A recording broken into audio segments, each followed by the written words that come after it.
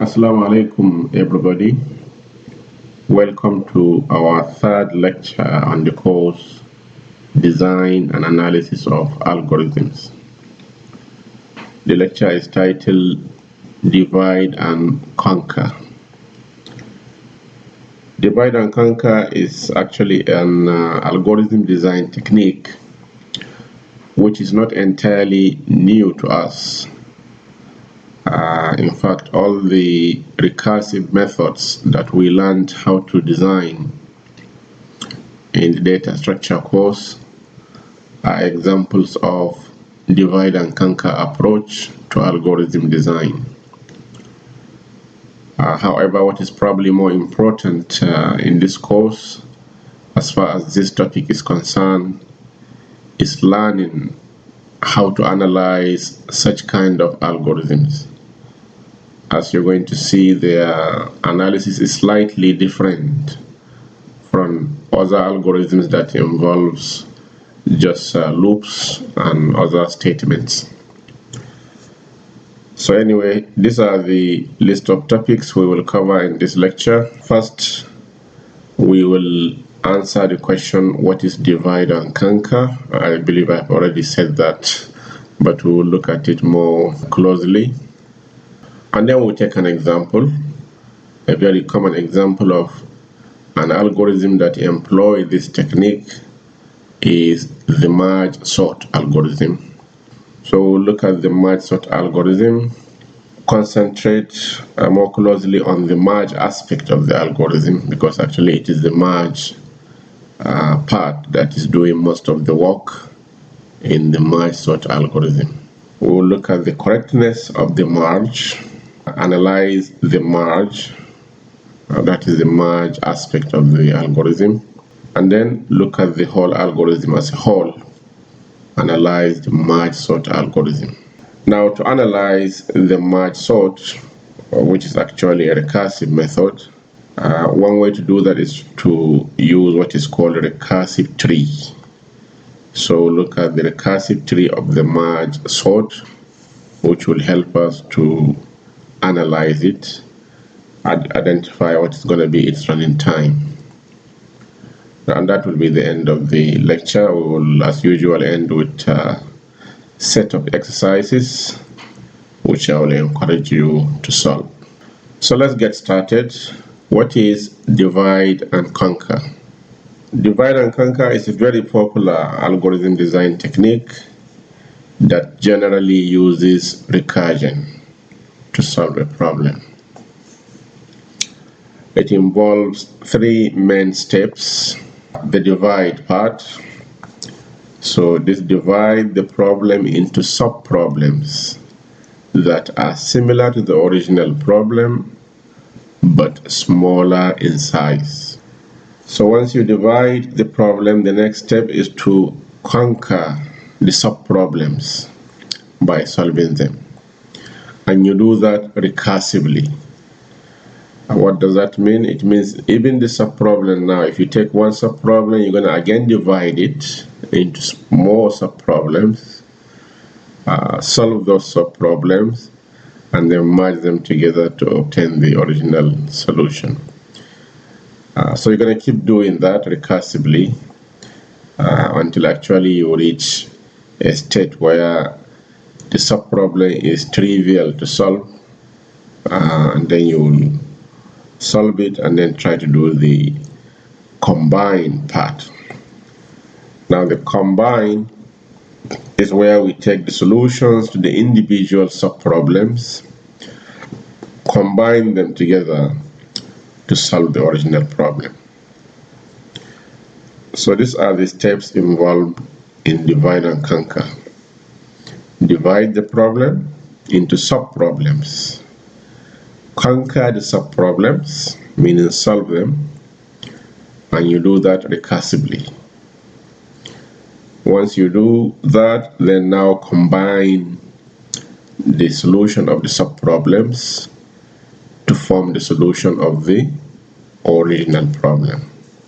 So the common question when you are looking at this design technique are the following. First, how do you split the problem?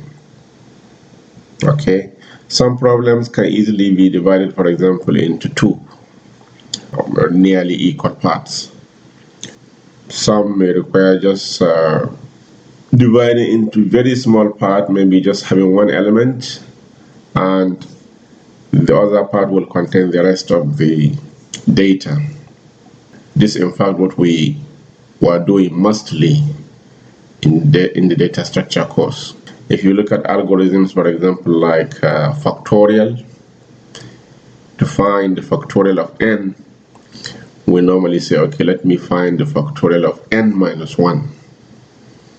Because once I do that, I am left with just one more element, so I can combine them to find the solution. So this is one way to do it, but it doesn't have to be just dividing into one element and the rest. You can actually divide the problem into 2 or 3 or more and so on. Okay, so learning how to split the data is one aspect. The second point is, what are the sub-problems that we need to solve? So this will be clearer when we take the example of Multisort. And of course, once the sub-problems are solved, the next step is how to combine them to solve the original problem. Let's take an example of merge sort. Here is the problem. Sort a sequence of n elements into non-decreasing order. Non-decreasing order actually simply means in increasing order. The only point is some of the elements may be equal.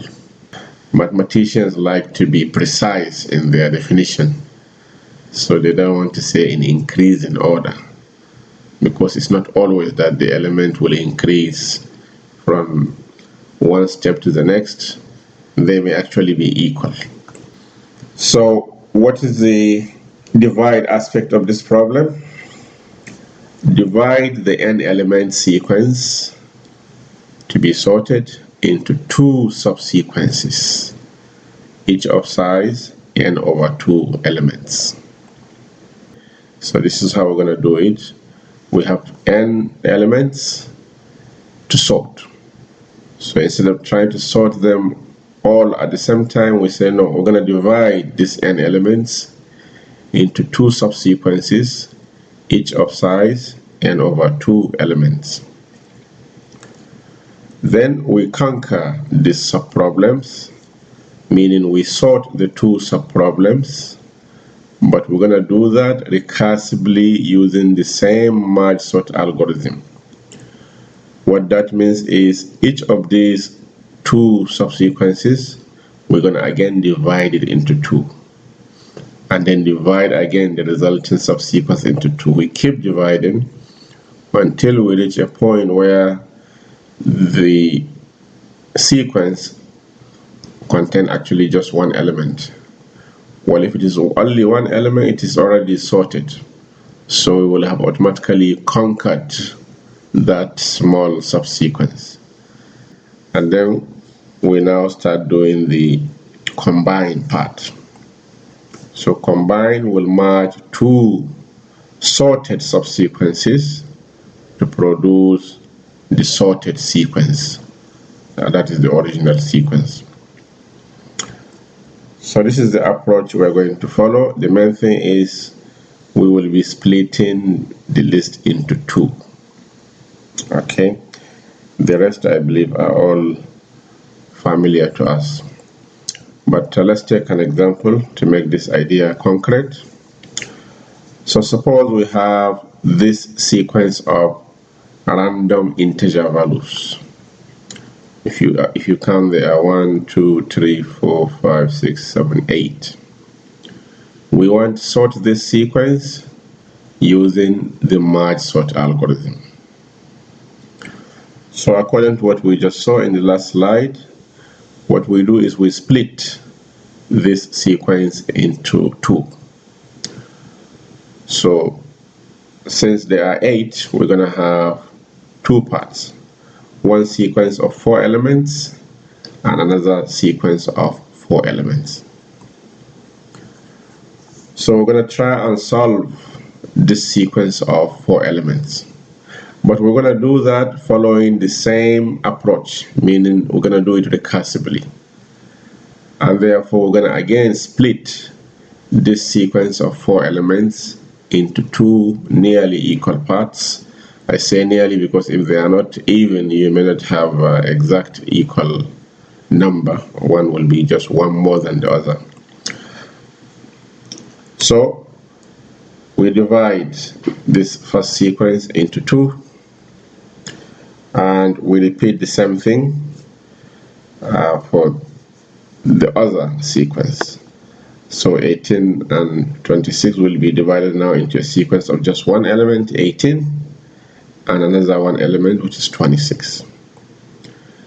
Clearly, this is the smallest subsequence we can have. So we can now go ahead and do the concurrent part. The concurrent part means solve it or sort it. Well, this is trivial because if the array has just one element, it is already sorted. Okay. Similarly, this one has one element, so it is sorted. So this is what we are doing here. The one element is already sorted, so this is the solution for that one element. We have conquered it. What about the 26? The same thing. It is just one element. There is no way we can split it further. So just do the combine part. Well, combining one element will give us just one element. Okay. So now these are 2 sorted sequences. They are conquered now because they are sorted. Therefore, according to our algorithm, the next thing to do is to combine them. And this is where we do the merge aspect. Now, in the merge aspect, we make sure we're going to form a list of 2 elements, but we're going to make sure those 2 elements are sorted. So we're going to consider these 2 numbers and see which is the smallest. It will come first, followed by the second one. Okay, so this is what we will end up with. So this original subproblem has now been solved. Okay, actually there was nothing to do because the 2 elements were already in the correct order. But the algorithm doesn't know that. So it has to divide them into 2, solve each one separately, and then combine to form the original solution. So at this point, we are done with this half of the sequence containing 4 elements. So we're going to go and do the second half in the same way, meaning we're going to split it into 32 and 6, and then try to solve the 2 subsequences, one containing 32, one containing 6, individually. Well, 32 has only one element, so sorting it is trivial. We can just put it, the answer is 32 alone. Similarly, for 6, it is only one element, so it is automatically sorted. So we can say it is solved, it has been conquered, and this is the solution, just the 6. So the 2 subproblems of this problem with 2 elements are solved, or are conquered if you like. So the next step is to combine them by merging them to form a combined sorted sequence. And this time the ordering is going to be different actually than the original, because 6 is going to be less. 6 is less than 32, so we're going to have 6 first in the merge sequence, and then followed by 32. All right. So what does this mean? It means our original problem with 4 elements, which was divided into 2, now each of those 2 has been solved. They are sorted. So we can go ahead and complete the process for this sequence of 4 elements, which means we do the merging part. So in the merging part, obviously you can see 6 is smaller, So put 6 first, then 18, then 26, and then 32. So this is what you have after the merging process. Alright, so this subproblem, which you can see is one of these two subproblem of the original problem, has now been solved. So now we look at the other half in exactly the same way. Split it into 2, and then take that one also, split it into 2, solve these two individual problems. Since they are only they contain only one element, they are automatically they can be solved trivially. 15 will also be solved. So now combine them and you will have 15 and 43. Take the other half, do the same way. 9 and 1 will be splitted. To solve 9, there is nothing more to do. It has only one element, so it can be solved trivially. 1 can equally be solved trivially.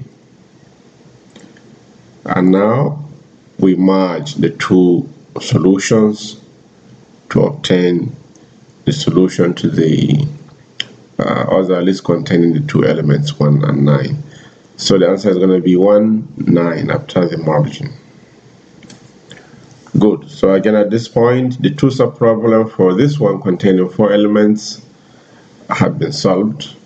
So we can combine them to form the overall solution. So in the margin, obviously 1 will appear first, then 9, then 15, and then 43. So this is going to be the result. So we have two subproblems solved now of the original main problem. So all we have to do is to combine them to get the final solution. So as you do the combining, as we're going to see the algorithm for the merge, basically it will be looking at two elements at a time, one in one subsequence, one in the other. Whichever is smaller will be put first in the resulting list. So if you look at 6 and 1, 1 is smaller.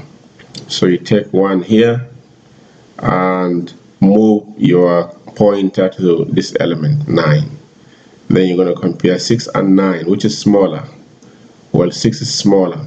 So you copy the 6 back to the original array, and then you move your pointer in this sub-array to the next one. And you continue doing that until you exhaust both two sub-arrays. So this is how it goes. 1, then 6, then 9, then 15, then 26, 32, and 43. And you can see that the array has been now completely sorted. Yeah. So this is how merge sort works. This is another figure from the book showing you the same example, and here just concentrating on the margin. So assuming the splitting process has gone until we reach single elements, then it's just a matter of merging them as we just saw in that last slide. Merge, merge, and then we merge these two. We will have 2, 4, 5, 7, and then here we will have 1, 2, 3, 6, and then you merge these two. So 1 first. Now this is the point I was stressing earlier. We could have repeated elements, of course, in an array. So here is depending on your algorithm whether you choose to put this first or this first. It doesn't really matter.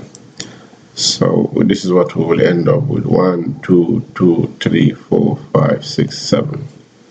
Okay, so this has been sorted into non-decreasing order. This is the reason why they don't want to call it increasing order, because if you move from this element to this element, there is no increasing, they are the same. So you cannot say it is increase in order. No, it is non-decrease in order. Yeah. All right, so this is the example of merge sort. Now let's look at the algorithm. First, the statement of the problem. We have as input a sequence of n numbers stored in an array A. We want as output an ordered sequence of n elements. In other words, the elements in A should be sorted in non-decreasing order. This is the algorithm, merge sort. As you can see, it takes 3 input, the array A and 2 indexes, P and R. So P is the index of the starting element and R is the index of the last element. Okay,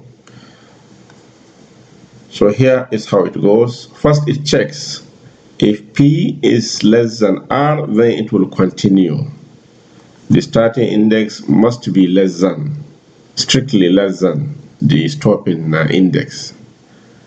If not, it means they are most likely equal, which means we have only one element, so there is nothing to do. This is what it means. If there is only one element, the algorithm will not do anything because there is nothing to sort. So this is the idea. If P is less than R, then go ahead. If they are equal, nothing to do. Okay, so suppose P is less than R. How do you go about doing the divide and then the conquer and then the combine?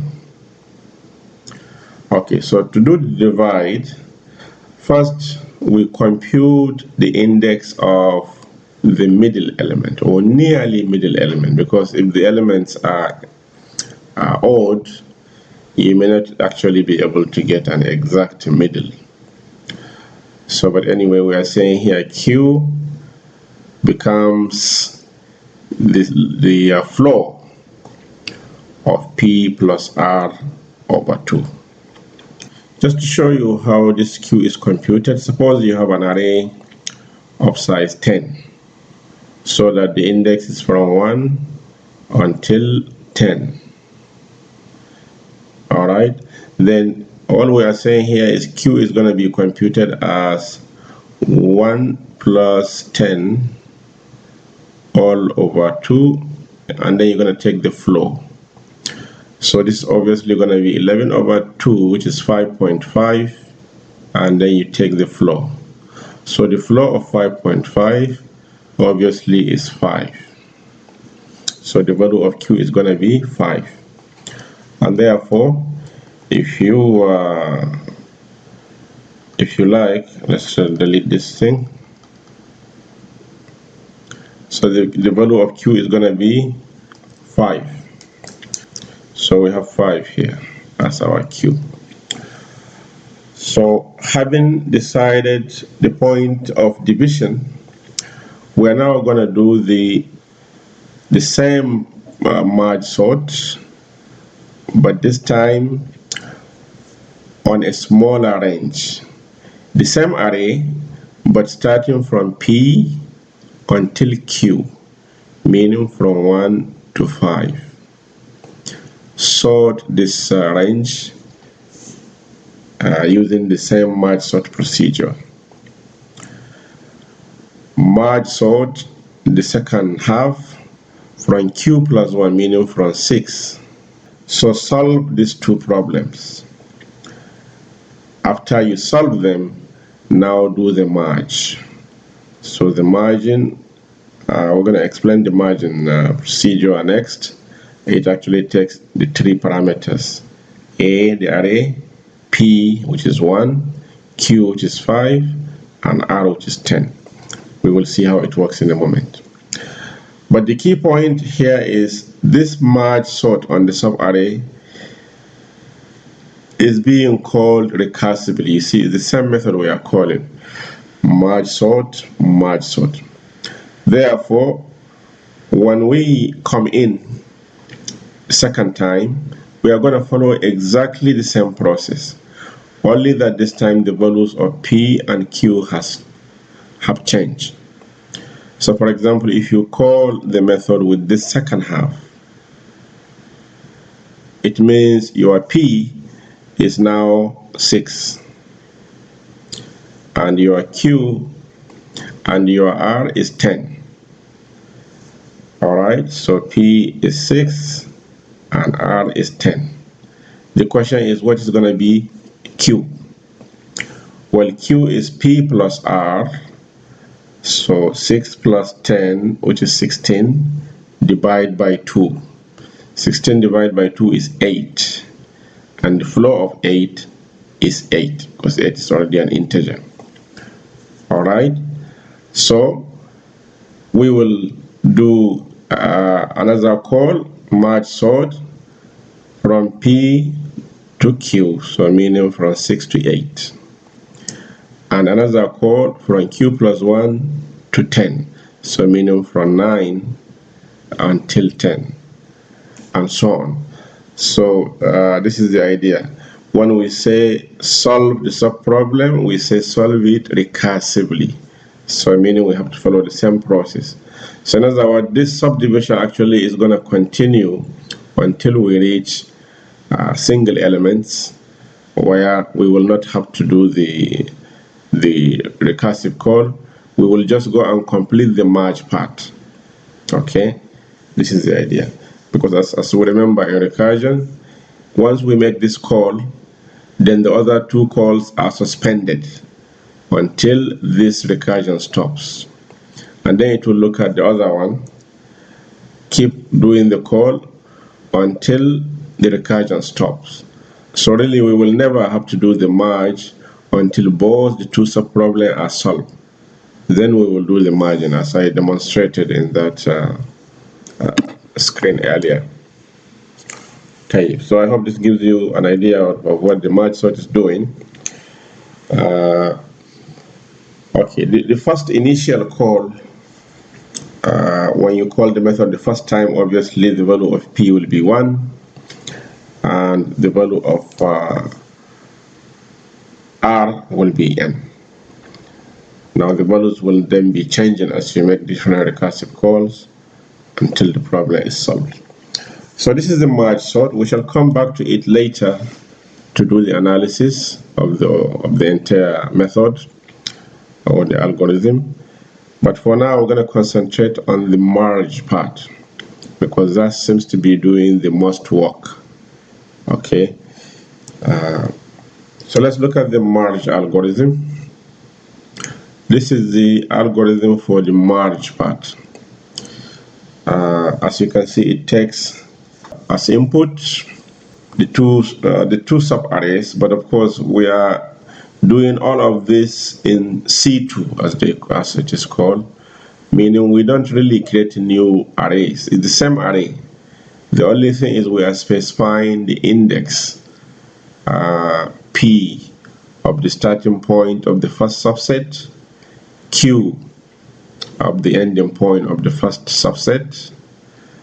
But we don't have to specify the starting index of the second subset. We can get it from Q here. It's going to be Q plus 1. And then the stopping index is going to be the R. Okay, so that's the input. It's an array containing sorted sub-arrays.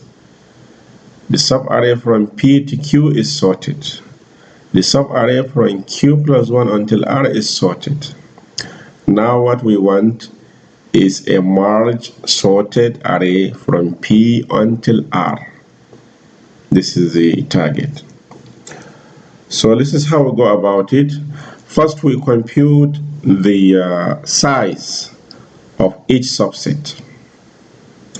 Well, the size of a subset is usually the upper limit minus the lower limit plus 1. If the subrange, for example, is from 1 until 5, how do we know? How do we count the number of elements inside? Is usually the upper limit, which is 5, minus the lower limit, in this case, which is 1, plus 1. Okay, so in this case, the plus 1 and minus 1 will cancel out, and you will have 5.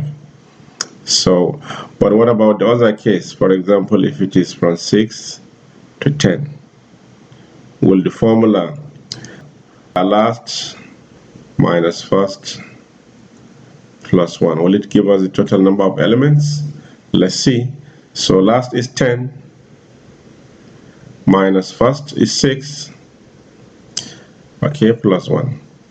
Well, 10 minus 6 obviously is 4, plus 1, which is also 5. Okay, and clearly the number of elements from 6 to 10 is actually 5. You can count them: 6, 7, 8, 9, 10. So there are 5 of them. So this formula will always work. If you want to know how many elements are in a range, just say the last index minus the first index plus 1. So now in the case of the first range is from P until Q. The question is, what is the range, or how many elements are inside? So the last is Q minus the first, which is P, plus 1. Okay, so that's what we are computing here. The number of elements in the first range is Q minus P plus 1. Okay, what about the second range? Well, for the second range, it starts from Q plus 1 until R.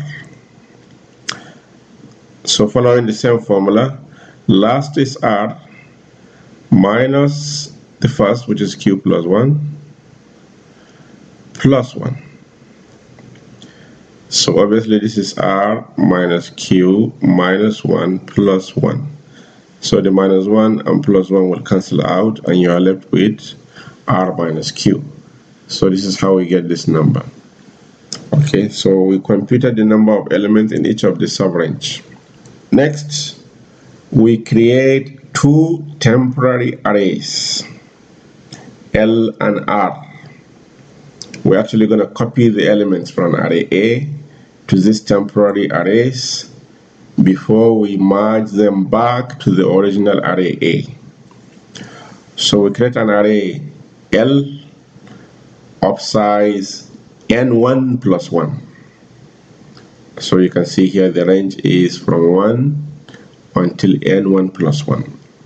We will see the purpose of adding one more extra cell in a moment. Also, let R be another array from 1 until n2 plus 1. So let this be two sub-arrays. Now, using loops, we're going to copy the elements from the first half of the original array A into L. It says for I from 1 to n1, A at pi minus 1 into cell number I in the array L. I hope you understand the formula here.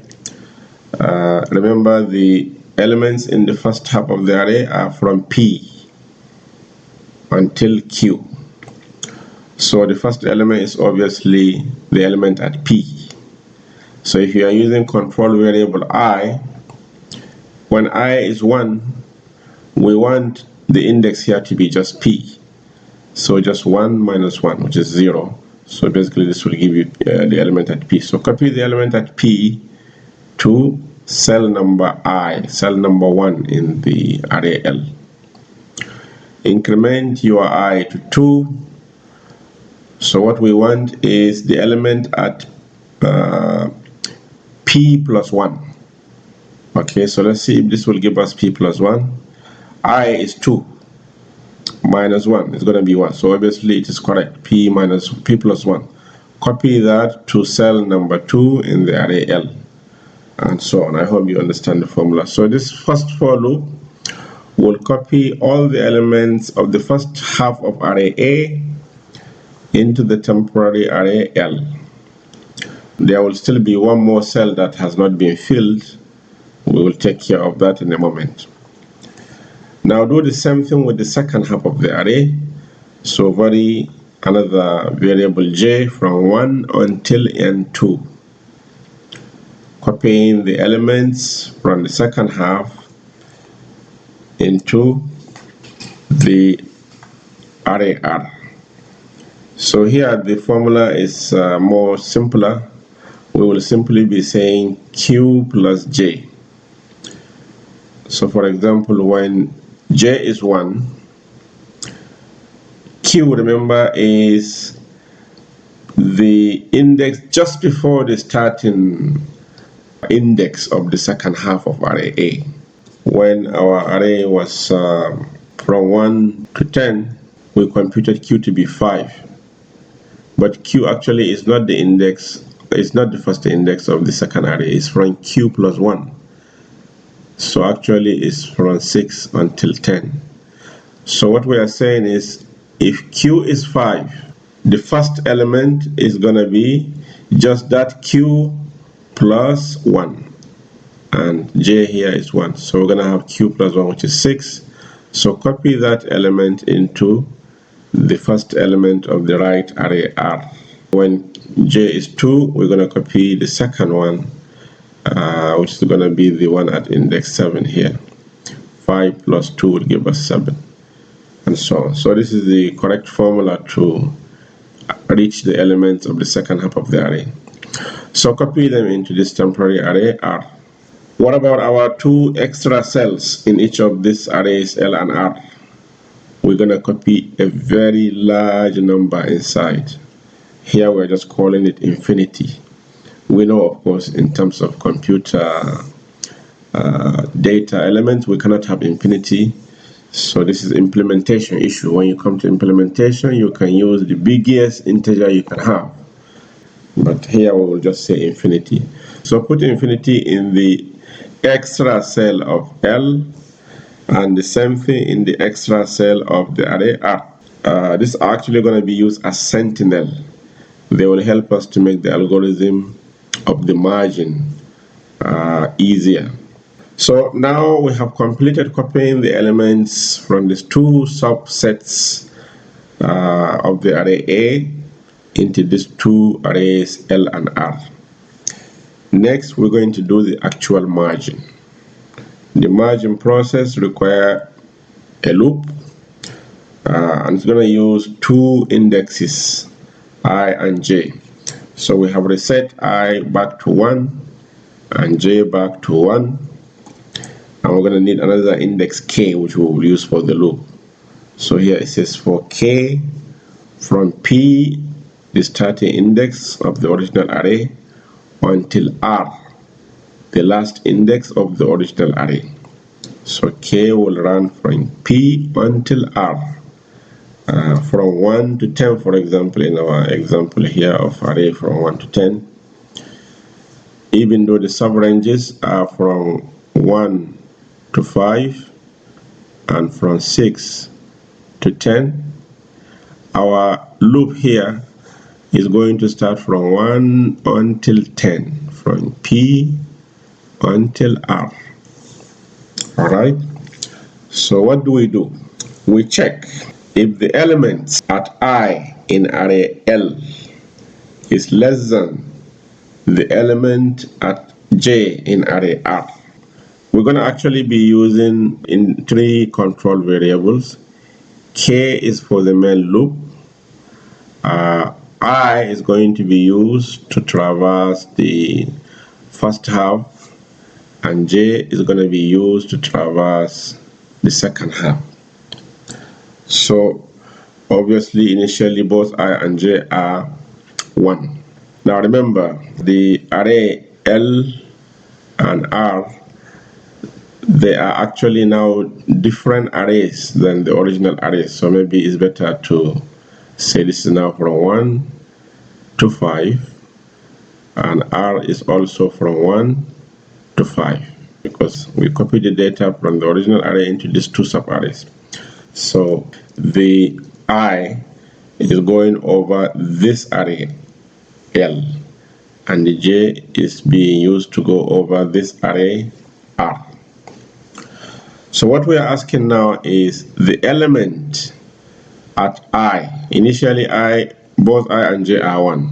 So element number 1 here, is it smaller than the element number 1 here in this array? Is L at I less than or equal to R at J? If it is smaller, then it is this one that we should copy back into our original array. Okay, not the other one. And if we do that, we only need to update I. We don't have to change J because we have not yet processed this element at J. Therefore, we need to say, after copying the L at I to A at K, obviously K will be updated automatically because we are going over the loop. K will keep increasing.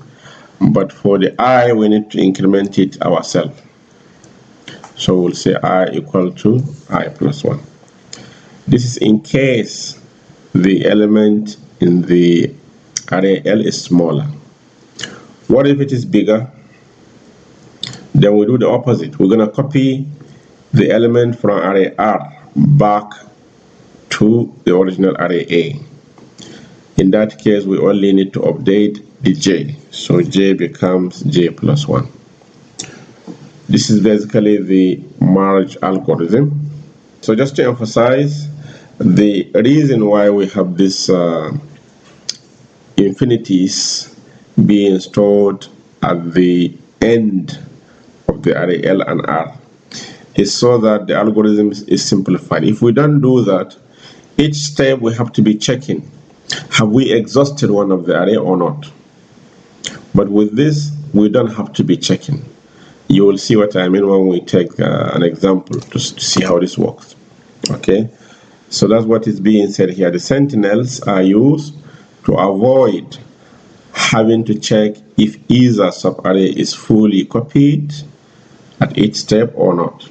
Let's take an example to see how the merge will work. So this is our original array A, and as you can see, it has two sorted sub-arrays. 6, 8, 26, 32, they are sorted. And then another subset, 1, 9, 42, 43, they are subset. Now we want to merge these two subsets to form a sorted array. Alright, so what do? First, you copy all the elements in this first half into array L, plus one more cell to contain infinity. Do the same for the second half. Alright, so now start the loop, the last loop there at the bottom of the algorithm that goes for K from this initial index until the end. So the two elements here, 6 and 1, which one is smaller? Obviously 1 is smaller. So you're going to copy that one back to the array A, and this time only K and J will be incremented. The index 6 K and J will increment. Repeat the process. L at I and R at J, which is smaller? Definitely L at I is smaller. So we're going to copy L at I 6 back to the array and then increment K and I. So this is the next step, as you can see here. And then compare 8 and 9. So 8 is smaller. So yet again, only after copying 8 to replace 26 here, we only need to move both K and I. 26 and 9, 9 is smaller. So 9 will be copied to replace 32. And this time we will update K and J by 1. 26 and 42, 26 is smaller. So copy the 26 and increment K and I. 32 and 42. 32 is smaller. Copy the 32 and increment k and I. Now notice here, this is the purpose of the infinity. We don't have to be checking whether this array has been exhausted. We will just be comparing infinity and 42, which is smaller. Obviously 42 is smaller than infinity, so we'll only be copying the elements from this array back to that one. This is the idea of putting those infinities. So we don't have to be checking have we finished this array. If we don't do that, we have to be checking have we finished this array, so that we just concentrate on this one or not. This is the idea.